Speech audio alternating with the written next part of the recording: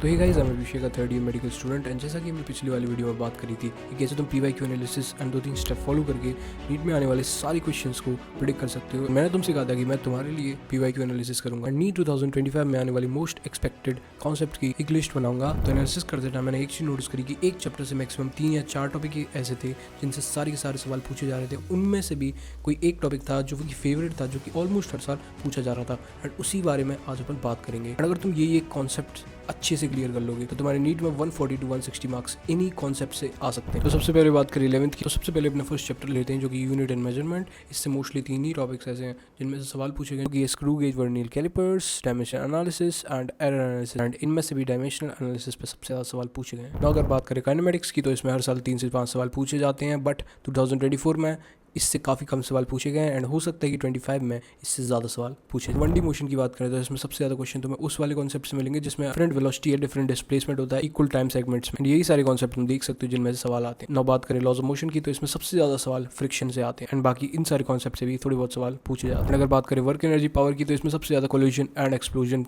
पे सवाल आते हैं and then energy conservation work energy theorem पे भी काफ़ी क्वेश्चन आते हैं। एंड अगर अपन रोटेशन मोशन की बात करें तो इसमें एंगुलर मोमेंटम कंजर्वेशन, टॉर्क, इन कॉन्सेप्ट से सबसे ज़्यादा क्वेश्चन पूछे गए एंड द फैक्ट दैट 2024 में इससे कम क्वेश्चन पूछे गए थे देन इसके हाई चांसेस हैं कि 2025 में इससे 3 से 4 क्वेश्चन बन जाए। इसमें केपलर्स लॉ, इसकी velocity, gravitational potential energy and variation of g पर क्वेश्चन पूछे जाते हैं। इसमें सबसे ज़्यादा क्वेश्चन एनर्जी कंजर्वेशन के कॉन्सेप्ट से सॉल्व हो जाते हैं। और बात करें सॉलिड और फ्लूइड चैप्टर की तो इसमें 2 से 3 क्वेश्चन दोनों चैप्टर्स को मिला के पूछे जाते हैं, जिसमें से सॉलिड में से इन सारे टॉपिक्स में से पूछा जाता है। इसमें अगर तुम फ्लूइड में देखोगे तो mostly surface tension, surface energy and excess pressure in a bubble से सबसे ज़्यादा सवाल पूछे जाते हैं। और बात करें थर्मल फिजिक्स की तो इसमें 2 से 4 क्वेश्चन या इवन 5 क्वेश्चन भी कभी बार पूछे जाते हैं। नीट 2024 में कम क्वेश्चन पूछे गए थे एंड इस वजह से ये काफ़ी ज़्यादा इंपॉर्टेंट बन जाता है इस साल। एंड थर्मल प्रॉपर्टीज़ वाले चैप्टर की बात करें तो इसमें Newton's law of cooling and radiation, Stephen's law वगैरह से सबसे ज़्यादा क्वेश्चन पूछे जाते हैं। थर्मोडायनेमिक्स की बात करें तो एडियाबैटिक आइसोथर्मल प्रोसेस, इनसे सबसे ज़्यादा क्वेश्चन पूछे जाते हैं एंड हीट इंजन, रेफ्रिजरेटर से भी काफ़ी ज़्यादा क्वेश्चन पूछे जाते हैं। ना अगर अपन बात करें ऑसिलेशन एंड वेव्स की तो इससे 2 से 4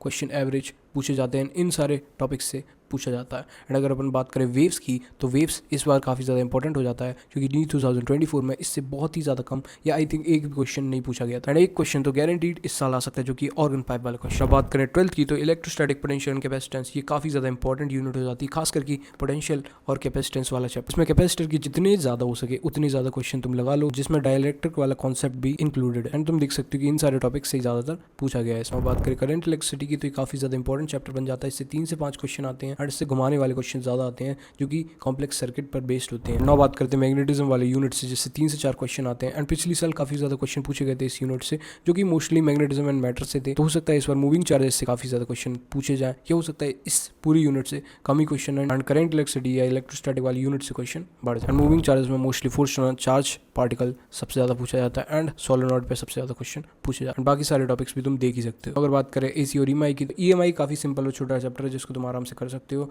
एंड अगर AC की बात करें तो इसमें LCR से ही सबसे ज़्यादा क्वेश्चन पूछे जाते हैं, जिसमें रेजोनेंस फ्रीक्वेंसी वगैरह काफ़ी ज़्यादा पूछी जाती है एंड कॉम्प्लेक्स सर्किट भी कभी कभार दे दिए जाते हैं। एंड अगर हम बात करें इलेक्ट्रोमैग्नेटिक वेव्स की तो ये वाले कॉन्सेप्ट सबसे ज़्यादा रिपीट होते हैं एंड सबसे ज़्यादा इंपॉर्टेंट जो टॉपिक है वो है प्रिज्म और TIR का। इसमें हर साल एक सवाल गारंटीड बनता है। देन अगर अपन वेव ऑप्टिक्स की बात करें तो पोलराइजेशन, ब्रूस्टर एंगल पर सबसे ज़्यादा सवाल आते हैं एंड YDAC पे भी काफ़ी सवाल पूछे जाते हैं। अगर एटम और न्यूक्लियर की बात करें तो इससे 3 से 5 सवाल एवरेज पूछे जाते हैं। मेरे हिसाब से सबसे ज़्यादा ईजी एंड सबसे ज़्यादा स्कोरिंग चैप्टर्स में से एक है। अगर इनमें एटम चैप्टर की बात करें तो मोस्टली स्पेक्ट्रल लाइन से क्वेश्चन पूछे जाते हैं। न्यूक्लियर में mass effect and alpha beta gamma decay पर क्वेश्चन आते हैं। एंड अगर बात करें ड्यूअल नेचर एंड रेडिएशन की तो इसमें 2 से 3 सवाल एवरेज पूछे जाते हैं and photo electric effect and de Broglie question से सबसे ज़्यादा सवाल पूछे जाते हैं। एंड अगर बात करें सेमीकंडक्टर की तो इससे 2 से 3 सवाल एंड कभी कभार 4 से 5 सवाल भी पूछे जाते हैं डिपेंडिंग ऑन एग्जामिनर का मूड। एंड इसमें लॉजिक गेट एक कंफर्म क्वेश्चन बन जाता है जो कि हर साल 99% पूछा ही जाता है एंड बाकी के सवाल ये सारे कॉन्सेप्ट से भी पूछे जाते हैं। तो अगर तुम इन सारे टॉपिक्स के 10 से 15 सवाल एंड अगर कोई बड़ा टॉपिक है तो उसके 20-25 सवाल लगा लेते हो एंड अगर PYQs हो तो तुम नीट फिजिक्स में 140 से 160 इजीली स्कोर कर सकते हो। तुम्हें इस पर क्या लगता है तुम कमेंट्स में बताओ। यही सब था इस वाली वीडियो में। Thank you so much for watching. मिलते हैं किसी और वीडियो में। बाय।